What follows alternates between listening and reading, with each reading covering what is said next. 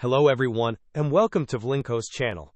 In today's video, I will guide you through resolving the error 1603 pale error during installation in Windows 11. And now let's get started.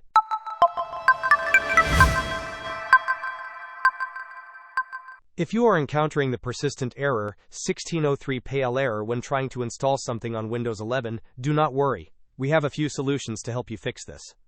First, let us try to free up some disk space. Search for Disk Cleanup in your Windows search bar and open the application.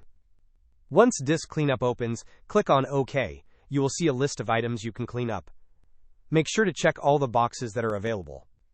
Then, click on OK and confirm by clicking on Delete Files. Sometimes, this simple step can resolve installation issues. If Disk Cleanup does not do the trick, we will move on to the next potential solution. Right-click on the Start button and select Settings from the menu that appears.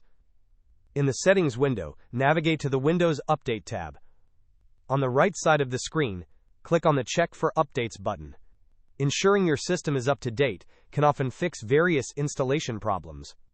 Should these two methods not resolve the error, the next step involves running a System File Checker scan. Search for Command Prompt in the Windows search bar.